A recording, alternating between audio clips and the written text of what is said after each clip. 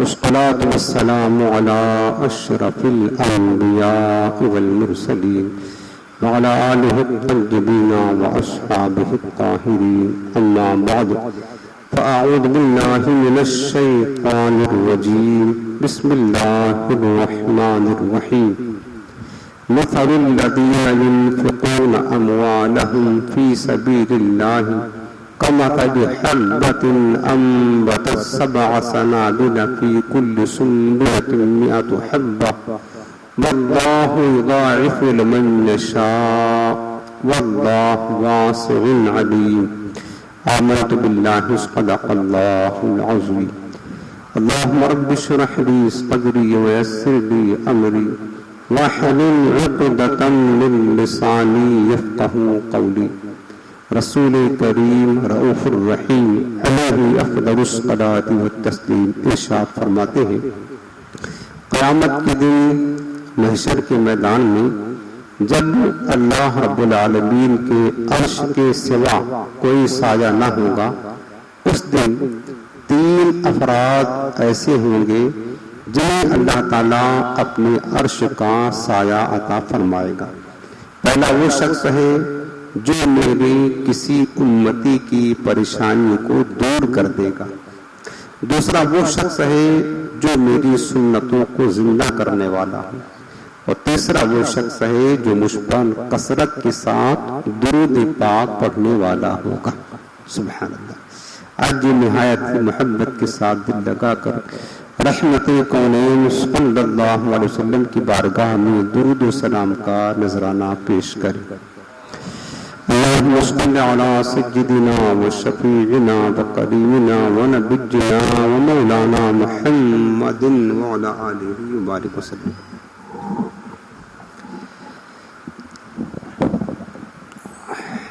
حاضرین محترم، آج کی یہ مبارک محفل منسوب ہے ذکر حضرت سیدنا عثمان غنی رضی اللہ تعالی عنہ پر، چونکہ آج ذی الحجہ کی 18ویں شب ہے 1443 ہجری.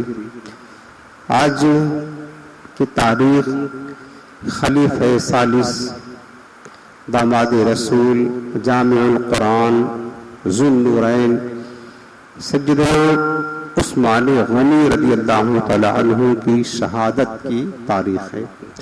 اس لیے بارگاہ عثمان غنی سے فیض و برکات حاصل کرنے کے لیے ہم نے یہ محفل سجائی ہے.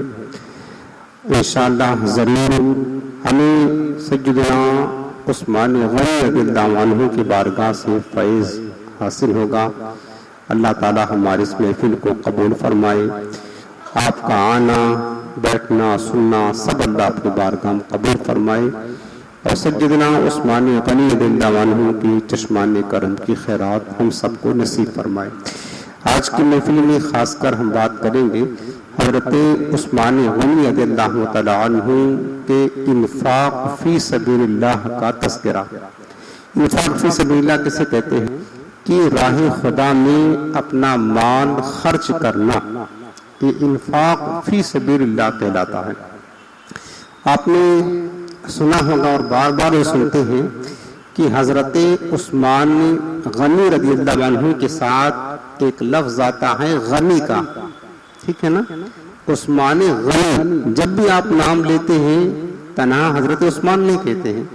جب بھی لکھا جاتا ہے بولا جاتا ہے تو کیا کہتے ہیں؟ عثمان غنی. حالانکہ حضرت عثمان غنی کا نام عثمان غنی نہیں، عثمان نام ہے. عثمان بن عفان رضی اللہ تعالی عنہ یہ نام اقدس ہے. لیکن غنی کا لفظ آپ کے نام کے ساتھ جڑ کر کے آتا ہمیشہ. جانتے ہو غنی کسے کہتے ہیں؟ عام طور سے لوگ سمجھتے ہیں کہ غنی مالدار کو کہتے ہیں، غنی امیر کو کہتے ہیں. یقیناً ہر مالدار کو غنی نہیں کہتے ہیں.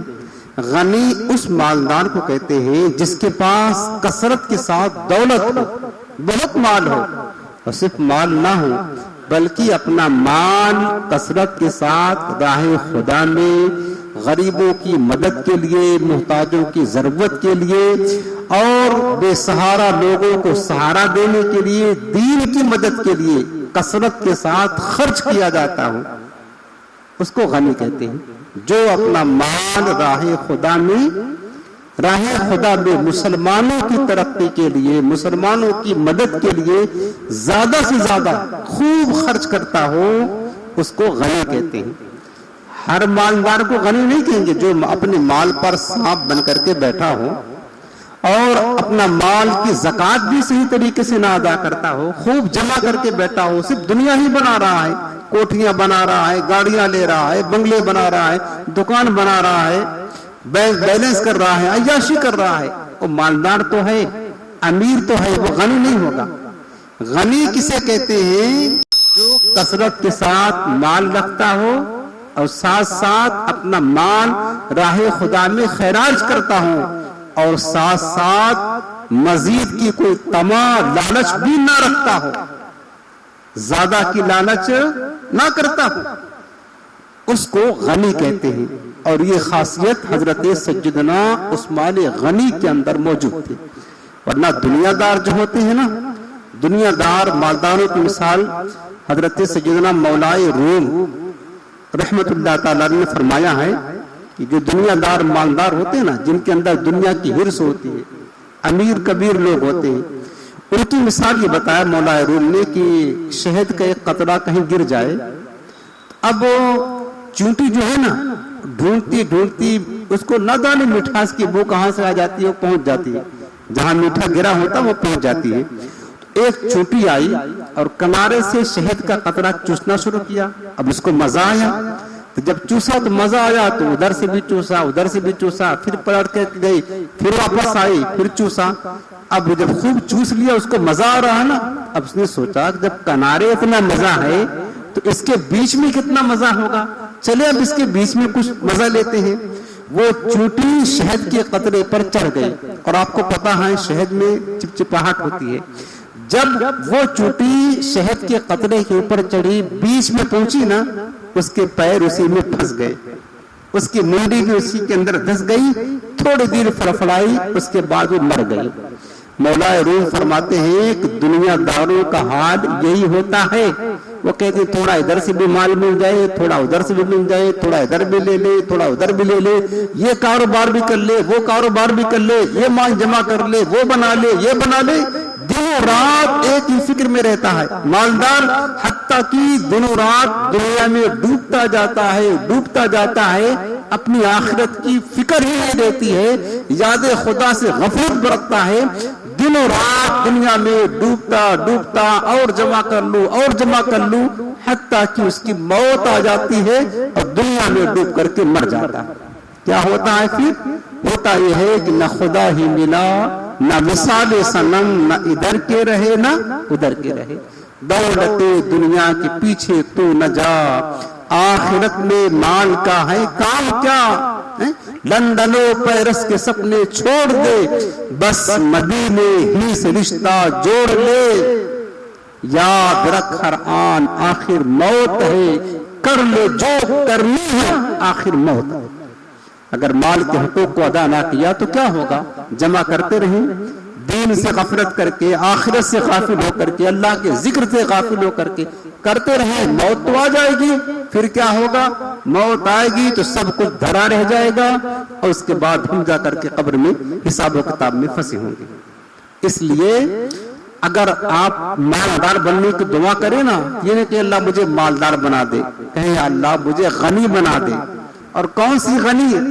وہ غنی جو تو نے عثمان غنی کو بنایا تھا وہ بنا دے. یہ مال اچھا ہے. اللہ تعالیٰ بس ہم سب کو عثمان غنی کے خزانے کی خیرات عطا فرمائے. اللہ مال دے تو راہ خدا میں کثرت کے ساتھ خیرات کرنے کا جذبہ عطا فرمائے. حضرت عثمان غنی رضی اللہ تعالیٰ عنہ جانتے ہیں کتنی کثرت کے ساتھ اللہ کی راہ میں مال خرچ کرتے تھے. اس کی کئی مثالیں اگر میں بیان کرنے بیٹھوں نا تو کئی گھنٹہ گزر جائے گا، لیکن آج میں چند باتیں صرف عرض کروں گا. ان کی زندگی میں جو انفاق فی سبیل اللہ پایا جاتا تھا، ہم اس کی چند مثالیں پیش کرتے ہیں. مسلمانوں کی مدد کی بات آئی تو عثمان غنی نے مال خرچ کیا، مسجد نبوی کی توسیع کے لیے زمین خریدنے کی بات آئی تو حضرت عثمان غنی نے مال خرچ کیا، اسلامی لشکر کو ترتیب دینے کی بات آئی، اسلامی لشکر کے لیے خرچ کرنے کی بات آئی، ان کو آلے جہاز ساز و سامان دینے کی بات آئی تو عثمان غنی نے اپنا مال خرچ کیا، حتیٰ کہ جنت البقیع جانتے ہیں نا جو مسلمانوں کا قبرستان ہے مدینہ منورہ میں، جہاں صحابہ ازواج مطہرات اہل بیت آرام فرما ہیں، جب میرے آقا علیہ السلام مدینہ تشریف لائے تو مسلمانوں کے لیے قبرستان کی ضرورت تھی، میرے سرکار ایک جگہ دیکھ کر کے آئے تو حضور نے عثمان غنی کو بتایا کہ عثمان وہ جگہ بڑی اچھی ہے لیکن وہ یہودی کی جگہ ہے، ذرا تو بھی چکر لگا کر آ دیکھ کیا کیسی ہے۔ حضرت عثمان غنی گئے، اس جگہ کو دیکھا، وہ جگہ ایک یہودی کی تھی۔ حضرت عثمان غنی نے صرف دیکھا نہیں، بس کہہ دیا تھا، حضور نے فرما دیا تھا کہ جگہ بڑی اچھی ہے، مجھے پسند ہے۔ حضرت عثمان غنی گئے، جتنا مال کی ضرورت تھی اپنا ذاتی مال دے کر اس یہودی سے جگہ کا سودا کر لیا، خرید لیا اور حضور کی بارگاہ میں آئے۔ سرکار نے پوچھا عثمان جگہ دیکھا؟ کہا حضور صرف دیکھا نہیں آقا، ہم نے اس کو خرید بھی لیا ہے۔ میرے آقا نے فرمایا کہ عثمان میں نے تو کہا تھا دیکھ کر کے آنا۔ حضرت عثمان غنی نے عرض کیا حضور آپ نے یہ بھی تو فرمایا تھا کہ عثمان وہ جگہ مجھے پسند ہے، میں نے سوچا کہ جو چیز میرے آقا کو پسند ہے وہ ہمارے ہاتھ میں ہونا چاہیے۔ پھر حضرت عثمان غنی نے اس جگہ کو مدینہ منورہ کے مسلمانوں کے قبرستان کے لیے وقف کر دیا۔ وہ جگہ بھی عثمان غنی نے خرید کر اپنے ذاتی مال سے راہ خدا میں وقف کیا ہے۔ مسجد نبی کی توسیع کے لیے زمین کی ضرورت پیش آئی، سرکار نے ایک جملہ فرمایا اور مسجد نبی شریف کی ارد گرد کی جو زمینیں تھی حضرت عثمان غنی نے ذاتی مال دے کر کے اس کو خریدا اور اللہ کے گھر کے لیے وقف کر دیا۔ اسی طرح آپ نے سنا ہوگا وہ اصحاب صفہ، اصحاب صفہ کسے کہتے ہیں؟ وہ غریب صحابہ جو مکہ مکرمہ سے ہجرت کر کے یا کسی اور جگہ سے ہجرت کر کے آئے تھے، جن کا کوئی نہ تھا مدینے میں، تنہا تھے، غریب تھے، کچھ نہ تھا، سب کچھ راہ خدا میں قربان کر دیا تھا۔ اب حضور کے ٹکڑوں پر پلتے تھے۔ مسجد نبوی شریف میں چبوترا تھا، چبوترا صفہ کا چبوترا، وہیں پر رہتے تھے، وہیں ان کا رہنا سہنا تھا۔ حضور جو دے دیتے وہ کھا لیتے، پر نفقہ کرتے، علم دین حاصل کرتے، جہاد کرتے، حضور کے دین کی خدمت کرتے، اللہ اللہ کرتے، یہ ان کا کام تھا۔ غربت کا حال تھا۔ اب اصحاب صفہ حضور السلام کسی صحابی کی شادی جب کرتے تو اب شادی کر دیتے تو بیوی آتی، رہنے کے لیے مکان تو چاہیے تھا نا، اب ان کے پاس تو کچھ نہ ہوتا۔ میرے آقا علیہ السلام مکان خود خرید کرتے، ایک سوسائٹی بنا دیا تھا مدینے کے قریب، اصحاب صفہ کی سوسائٹی، جن کی شادی ہو جاتی سرکار مکان خود خریدتے اور ان کو دلہن کے ساتھ اس گھر میں بساتے۔ اس مکان کو خریدنے کے لیے مال کہاں سے آتا پتہ ہے؟ سارا مال حضرت عثمان غنی اپنی جیب سے ادا کرتے، سرکار خریدتے، مال عثمان غنی دیتے اور ہر صحابی کا اصحاب صفہ میں سے جس کی شادی ہوتی سرکار جس کے لیے مکان خریدتے عثمان غنی اس کا مکان کا پیسہ خود دیتے اور ان کو مکان مہیا کرتے۔ یہ بھی خدمت کا انداز تھا۔ حضرت عثمان غنی کا لشکر تیار کرنے کی بات آئے، وہ غزوہ تبوک کے موقع پر حضرت عثمان غنی میرے آقا کھڑے اعلان کیے، اس وقت مسلمان تنگی کی حالت میں، اس وجہ سے اس غزوہ کو غزوہ ذو العسرہ کہا جاتا ہے، تنگ دستی کا غزوہ، بہت زیادہ تنگ دستے مسلمان۔ میرے آقا نے اعلان کیا، حضرت عثمان غنی کھڑے کہا حضور 1000 اونٹ ساز و سامان کے ساتھ مجاہدین کا خرچہ بھی دیں گے اور پلس 1000 درہم بھی دیں گے۔ لوگوں نے بیان کیا اس دور کے لحاظ سے 1000 اونٹ کی قیمت کیا ہوتی ہے پتہ ہے؟ 1000 اونٹ کی قیمت اس دور کے اعتبار سے اگر کیلکولیشن کیا جائے تو 1 ارب 16 کروڑ روپے بنتے ہیں 1000 اونٹ کی۔ اور صرف یہی نہیں، اس کے بعد دوسری بار سرکار نے اعلان فرمایا تو پھر دوسری بار عرض کیا کہ حضور 1000 اونٹ ماں ساز و سامان کی اور 1000 درہم کے ساتھ ساتھ۔ پھر تیسری بار بھی حضرت عثمان غنی نے صرف کہا نہیں، نام نہیں کھایا، فوراً لا کر کے حاضر کر دیا۔ اسی طرح کئی مواقع پر حضرت عثمان غنی نے جو راہ خدا میں مثال قائم کی ہے نا، مثال قائم کی ہے، دنیا میں کوئی نظیر نہیں ملتی ہے۔ ایک موقع ایسا آیا، اچھا غریبوں کی مدد کی بات آتی نا تو بھی عثمان غنی بڑھ چڑھ کر کے حصہ لیتے. میرے آقا علیہ السلام جب ہجرت کر کے مدینہ تشریف لے آئے تھے، صحابہ کرام بھی تھے. پتہ اس وقت تو غربت کا حال بہت زیادہ تھا، کیونکہ جو صحابہ ہجرت کر کے آتے اپنا مال و دولت سب تو چھوڑ کر کے آتے اپنے وطن میں، مدینہ کچھ لے کر نہ آتے. یہاں آئے تو پورے مدینہ میں کھارا پانی ملتا تھا. میٹھے پانی کا کنواں ایک ہی تھا جس کو بیر روما کہا جاتا تھا، اور وہ کنواں یہودی کی ملک تھا اور یہودی مہنگے داموں سے بیچا کرتا تھا. مسلمان یہاں آباد آ گئے، صحابہ کو پانی پینے کی تکلیف تھی. میرے آقا نے اعلان کیا کہ کوئی ہے جو بیر روما کو خرید کر مسلمانوں کے لیے وقف کر دے. حضرت عثمان غنی کھڑے ہوئے، کہا یا رسول اللہ میں خریدتا ہوں. اب حضرت عثمان غنی گئے اس یہودی کے پاس، کہا یہ کنواں کتنے کا بیچے گا؟ کہا بھائی ہم کو بیچنا نہیں ہے، ہم تو پانی بیچتے، روزانہ کا آمدنی ہے، چلتے دکان کو کون بیچے گا؟ کہا نہیں بیچنا نہیں ہے، بیچنا نہیں ہے. آپ نے بہت سمجھا، جتنا مال لے رہا ہے لے لے، یہ کنواں مجھے دے دے. اس نے کہا نہیں.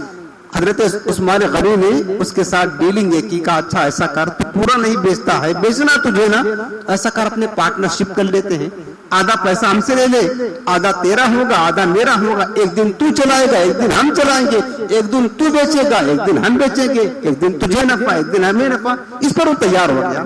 حضرت عثمان غنی نے اس سے ایک روایت کے مطابق 12,000 درہم دے کر، ایک روایت کے مطابق 35,000 درہم، درہم سونے کا چاندی کا سکہ ہوتا ہے، 35,000 درہم دے کر کے پارٹنرشپ کیا.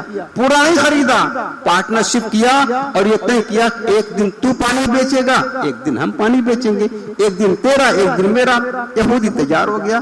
اب جب حضرت عثمان غنی کی باری آئی بیچنے کی، آپ نے مدینے میں اعلان کر دیا اور یہ کہہ دیا کہ دیکھو آج عثمان غنی کا دن ہے، جس کی جتنا مرضی چاہے اس بیر روما سے پانی حاصل کر لے، پانی بھر لے، کوئی پیسہ نہیں ہے، مفت میں سب کے لیے ہے. اب اس کے بعد جس دن عثمان غنی کی باری آتی سب لوگ بھر لیتے، مسلمان بھی بھرتے، یہودی بھی بھر لیتے کہ جب فری میں مل رہا تو پیسہ دینے کی کیا ضرورت ہے. اگلا دن یہودی کی باری آئے گی تو پیسہ لے گا. اب جب عثمان غنی کی باری آتی بیچنے کی، عثمان غنی فری میں تقسیم کرتے، لوگ اپنی ضرورت کے مطابق بھر لیتے. اگلا دن جب یہودی کی باری آتی تو یہودی بیٹھ کر کے مٹھی مارتا، کوئی آتا ہی نہیں تھا خریدنے کے لیے. اب بڑا پریشان ہوا، کون لے گا بھائی، جب مفت میں مل رہا وہی چیز تو پیسہ دے کر لینے کی ضرورت کیا ہے. اب وہ بیٹھے رہتا دن بھر، کوئی خریدنے نہ آتا. یہودی پریشان ہوا، عثمان غنی کے پاس آیا، کہا عثمان غنی تم نے بڑی اچھی ڈیلنگ کی ہے، اب جو تم نے خریدا تھا آدھا، اب ایسا کرو پورا خرید دو. آپ نے فرمایا کہ بھائی مجھے پورے کی ضرورت ہی نہیں ہے، میرے کام تو آدھی میں چل جا رہا. کہا نہیں خرید دو عثمان، اب میرے ضرورت کی نہیں رہا. آپ نے کہا مجھے نہیں چاہیے. اس نے بہت اصرار کیا، آخرکار 100 درہم میں 100 درہم دے کر عثمان غنی نے وہ جو آدھا کنواں بچا تھا یہودی کی ملکیت میں اس کو بھی خرید لیا. آپ نے 35,000 درہم دیا تھا آدھا کے لیے، اس نے واپس کیا کیا 100 درہم میں آدھا بیچا. یہ عثمان غنی کی حکمت تھی. اب پورا کنواں آپ کی ملکیت میں آ گیا تو اس کو اپنی ملکیت میں باقی نہیں رکھا بلکہ حضور کی بارگاہ میں آئے، کہا یا رسول اللہ یہ پورا کنواں اب اپنی ملکیت میں ہو گیا ہے. آقا میں آپ کو گواہ بنا کر کہتا ہوں ہم نے اس کنواں کو اللہ کے لیے وقف کر دیا، اب سارے مسلمان اس کنویں کا پانی پی سکتے ہیں. اپنے پاس نہ رکھا.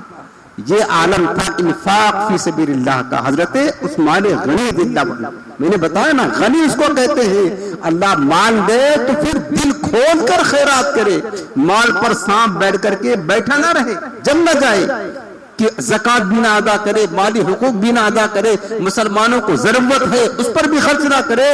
ایسے مال سے، یہ تو قارونی مال ہے، یہ تو فرعونی مال ہے. مال ہو تو عثمانی مال ہو، خزانہ ہو عثمان غنی کا خزانہ ہو. اسی طرح کئی مواقع پر میں نے بتایا حضرت عثمان غنی نے مسلمانوں کی اس طرح مدد کی. ایک رواج اور تھا عرب مدینہ شریف میں، وہ کیا تھا کہ مدینہ منورہ میں جو یہودی آباد تھے ان میں بعض یہودی تاجر بھی تھے.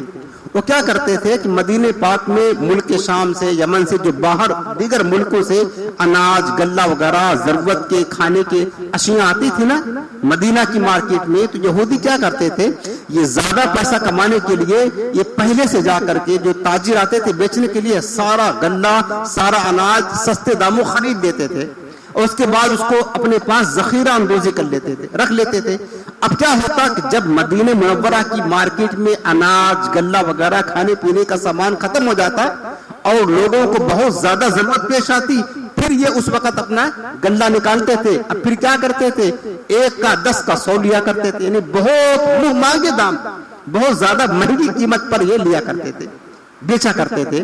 یعنی ان کا طریقہ یہ تھا کہ جب مدینہ کی مارکیٹ میں غلہ ختم ہو جاتا یہ رکھے رہتے. اس کو شریعت کی اصطلاح میں احتکار کہتے ہیں. احتکار کرنا حرام ہے، یعنی ذخیرہ اندوزی کرنا یہ حرام ہے کہ جب مسلمانوں کو ضرورت ہو اس وقت نہ بیچے، اس کے بعد جب مسلمان بہت زیادہ ضرورت ہو ان کی مجبوری کا فائدہ اٹھا کر کے اور کیا کہتے ہیں کہ بہت زیادہ نفع لے کر کے ان سے بیچنا، یہ مسلمانوں کو اذیت دینا ہے. یہ طریقہ اسلام میں جائز نہیں ہے. یہودی یہی کیا کرتے تھے، پہلے غلہ سستے داموں سے تاجروں سے خرید لیا کرتے تھے، اس کے بعد اس کو جمع کر کے اپنے پاس رکھے رہتے.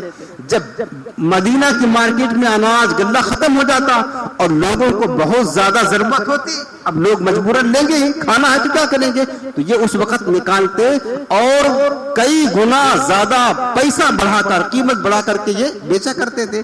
1 کا 100 لیا کرتے تھے، اس طرح کیا کرتے تھے. ایک بار ایسا ہوا کہ ملک شام سے ایک قافلہ آیا غلہ وغیرہ لے کر، اناج وغیرہ لے کر کے. اب اس کے بعد جب صبح ہوئی یہودیوں کو پتا چلا کہ قافلہ آیا ہے، تجارت کا مال لے کر، کھانے پینے کا سامان لے کر کے گئے قافلہ والوں کے پاس. کیسا کرو کہ غلہ جو کچھ ہمارے ہاتھ بیچ دو. تو انہوں نے کہا کہ بھائی تمہیں دھوکہ لگ گیا ہے، غلہ تو رات ہی میں جتنا کچھ ہمارے پاس تھا، ہم سارے قافلہ والوں کے پاس جو ہم شام سے لے کر آئے تھے، حضرت عثمان غنی آئے تھے، انہوں نے سارا غلہ خرید لیا اور لے کر کے چلے گئے. انہوں نے کہا یار آج تو دھوکہ لگ گیا، اب کیا ہوگا؟ وہ لوگ قافلہ والوں نے کہا غلہ تو سارا خرید لیا، عثمان آئے تھے، اب ہمارے پاس کچھ نہیں ہے. اب یہودی حضرت عثمان غنی کے پاس گئے. اب ایک چادر اوڑے بیٹھے تھے. کہا کہ عثمان ہم نے سنا ہے کہ تم تاجروں سے سارا غلہ خرید کر لائے ہو. کہاں لائے ہیں؟ تو کہا کہ آخر تمہیں بیچنا ہی ہے نا تو ہمارے ہاتھ بیچ دو. عثمان غنی سے کہا ان لوگوں نے، تاجروں نے، ہمارے ہاتھ بیچ دو. آپ نے فرمایا ٹھیک ہے بیچ تو دوں گا، پہلے تو بتاؤ کہ نفع کتنا دو گے. آدمی کاروبار کرتا ہے نفع کے لیے، تم نفع کتنا دو گے؟ کہا اگر 10 کا لائے ہو تو ہم 11 کا دے دیں گے. کہا نہیں یہ تو بہت کم ہے. کہا اچھا 12 لے لینا. کہا نہ 13 لے لینا، 14 لے لینا، 15. کہا نہ یہ تو بہت کم نفع ہے، اور بڑھاؤ اور بڑھاؤ. کہا کہ اچھا ٹھیک ہے پھر ہم کل بتائیں گے. اگلے دن پھر آئے. کہا کہ اب چلو بیچو. کہا نفع کتنا دو گے؟ کہا بھائی ہم ڈبل نفع دیں گے، اگر آپ نے 10 کا لیا ہے تو 20 کا دیں گے. کہا نہ یہ بہت کم ہے. کہا یہ بہت کم ہے، اور بڑھاؤ. کہا کہ ڈبل سے زیادہ دیں گے، چلو 5 گنا دیں گے، 10 گنا زیادہ دے دیں گے. کہا نہ اور بڑھاؤ. کہا یار عثمان کیسے تاجر ہو تم، اتنا نفع پورے مدینے میں تمہیں کوئی نہیں دے گا، اتنا نفع دے کر کوئی نہیں خریدے گا. ہم تمہیں ڈبل دینے کے لیے تیار ہیں، 5 گنا 10 گنا زیادہ دینے کے لیے تیار ہیں. عثمان غنی نے فرمایا آخر تم کیا کرو گے غلہ خرید کر؟ یہی نا مسلمانوں کے ہاتھ بیچو گے نا؟ جاؤ اور سوچو، پہلے سوچ کر آؤ، ہمیں اور نفع چاہیے. اگر اور نفع دو گے تو ہی ہم جا کر کے تمہارے ہاتھ میں سودا کریں گے، بیچیں گے. جاؤ اور سوچو. اب وہ لوگ پھر چلے آئے. اگلا دن ہوا نا، حضرت عثمان غنی دور فاروق خلافت صدیقی کا دور تھا، حضرت صدیق اکبر کی خلافت کا دور تھا. حضرت عثمان غنی صبح صبح حضرت صدیق اکبر کے پاس گئے اور کہنے لگے یا خلیفۃ المسلمین، ہمارے پاس بہت سارے غلہ آیا ہے، ہم نے خرید لیا ہے. اب آپ ایک کام کریں کہ مدینہ منورہ میں اعلان کر دے جس کو جتنا ضرورت ہو عثمان غنی کے پاس رکھا ہے، کوئی چارج نہیں، کوئی پیسہ نہیں، جس کو جس چیز کی ضرورت ہو سب آ کر کے لے کر چلے جائیں، سب آ کر کے لے کر چلے جائیں، کوئی پیسہ نہیں دینا ہے. مسلمانوں کو اس وقت اناج کی ضرورت ہے. حضرت صدیق اکبر نے اعلان کر دیا صبح سے لے کر شام تک کچھ بھی نہ بچا، سب ضرورت مند لے کر کے چلے گئے، سب ضرورت مند لے کر چلے گئے. اب وہ یہودی تاجر آئے پھر حضرت عثمان غنی کے پاس. کہا عثمان میں نے سنا ہے کہ آپ نے اناج بیچ دیا سارا غلہ. کہاں بیچ دیا؟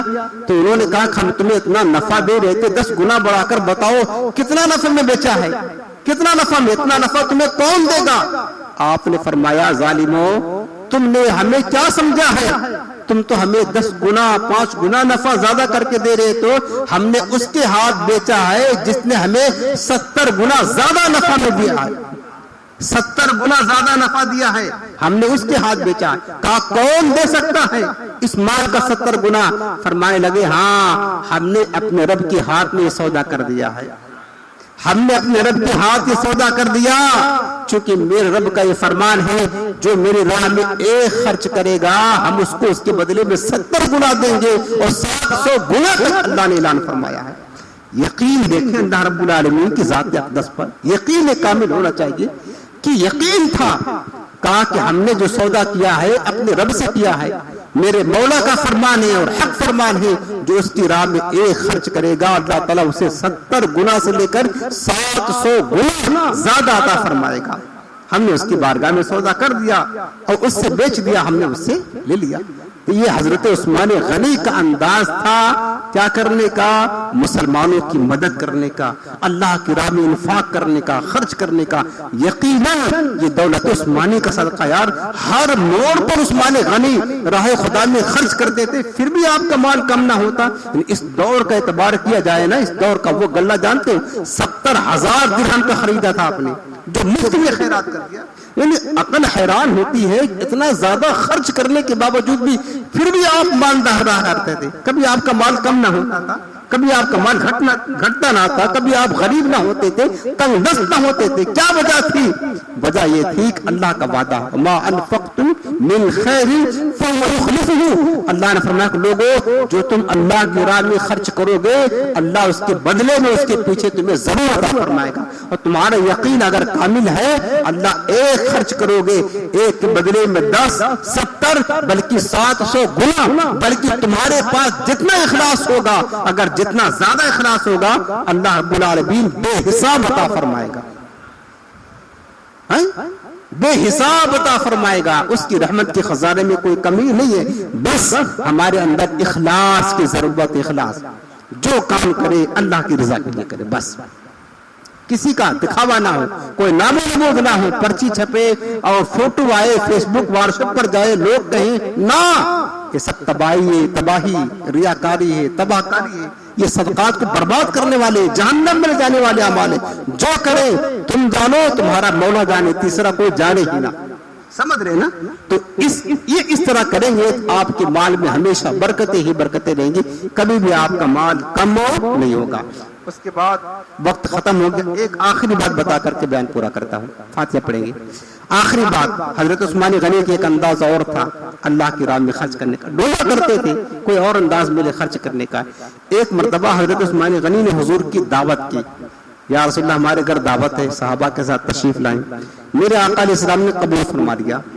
اب جب دعوت کے دن آیا حضرت عثمان غنی لینے کے لیے حضور کو آئے، میرے آقا علیہ السلام چل دیے، حضرت میرے آقا آگے آگے، عثمان غنی پیچھے پیچھے۔ حضرت عثمان غنی پیچھے حضور کے چل رہے تھے، حضور کی مبارک قدم جتنے پڑتے نا ان قدموں کے نشانات کو گنتے جا رہے تھے۔ حضور کتنا قدم چلتے گئے، ایک قدم رکھا گن لیا، دوسرا رکھا گن لیا، تیسرا رکھا گن لیا۔ اس کے بعد جب سرکار پہنچ گئے ان کے گھر پر تو میرے آقا نے پوچھا عثمان بات کیا ہے؟ آج ہم آ رہے تھے تو نے ہمارے قدموں کے نشانات کو گنا تھا۔ تو عرض کیا کہ یا رسول اللہ ہماری خواہش یہ تھی کہ آپ میرے گھر دعوت میں تشریف لائیں، ہم آپ کو صحابہ کو کھانا بھی کھلائیں، اور دیا ہوا سرکار آپ ہی کا ہے، اور آقا خواہش یہ تھی کہ جتنے مبارک قدم چل کر آپ ہمارے گھر آئے ہیں اتنا غلام میں اللہ کی راہ میں آزاد کر دوں۔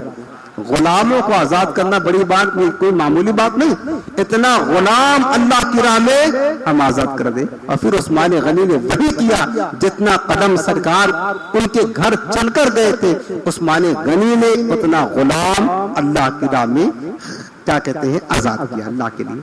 تو یہ عثمان غنی رضی اللہ عنہ کا فیض ہے۔ اور آج بھی پیارے جانتے ہو، آج بھی علماء نے بیان فرمایا ہے کہ عثمان غنی کا کھاتا وہاں پر مدینہ منورہ کی گورنمنٹ میں ہے، آج بھی جو وہاں پر میونسپل یہ کارپوریشن کا ہے نا خرچہ وہ عثمان غنی کے مال سے چلتا ہے، بیرو روما آج بھی موجود ہے۔ عثمان غنی رضی اللہ عنہ کا فیض اس وقت سے جاری ہے، آج بھی کنواں سے پانی نکلتا ہے، آج بھی لوگ سیراب ہوتے ہیں، اور وہاں کا یہ جو میونسپلٹی ہے نا اس کے اخراجات عثمان غنی کے مال سے آج بھی چلتے ہیں، بینک میں کھاتا آج بھی ہوتا ہے وہاں پر عرب شریف میں۔